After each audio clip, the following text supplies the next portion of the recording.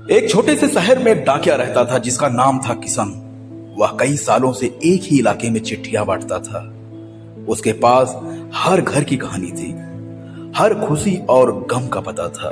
लेकिन एक दिन उसे एक ऐसा खत मिला जिस पर ना तो भेजने वाले का पता था और ना ही पाने वाले का। खत पर सिर्फ एक नाम लिखा था, अंजलि के लिए। किशन ने बहुत ही कोशिश की लेकिन उसे अंजलि का नाम कोई लड़की नहीं मिली। वह उस खत को लेकर कई घरों में गया लेकिन हर कोई अनजान था। आखिरकार थक हार कर किशन ने उस खत को अपने पास रख लिया।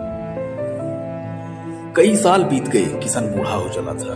अब वह डाकिया नहीं था बल्कि एक चाय की दुकान चलाता था। एक दिन उसकी दुकान पर एक जवान लड़का आया। उसने किशन से पूछा, क्या आप ही किशन डाकिया हैं? हाँ, मैं ही हूं, किशन ने जवाब दिया।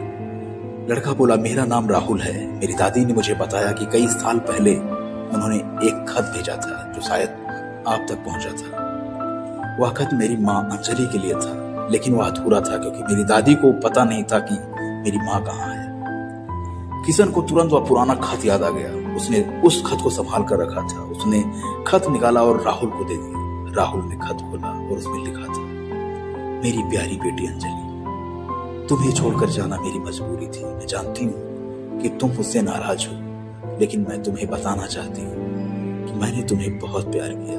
मैं तुम्हारे लिए हर खुशी चाहती थी, इसलिए मुझे तुमसे दूर जाना पड़ा। खत यहीं खत्म हो गया था, आगे कुछ नहीं लिखा था। राहुल की आंखों में आंसू आ गए। किशन ने कहा, यह खत अधूरा है लेकिन इसमें जो प्यार है वह पूरा है। तुम्हारी दादी का प्यार ही इस खत का पता बना। राहुल उस अधूरे खत को लेकर अपनी दादी के पास गया।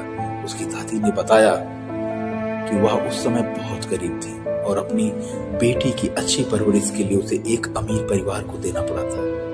राहुल ने अपनी दादी को गले लगा लिया और कहा, दादी, यह खत अधूरा नहीं है, इसका हर शब्द पूरा है क्योंकि इसमें माँ का प्यार है। यह कहानी हमें सिखाती है कि कुछ रिश्ते भले ही अधूरे हों लेकिन उनमें प्यार छिपा हमेशा पूरा और अमर होता है।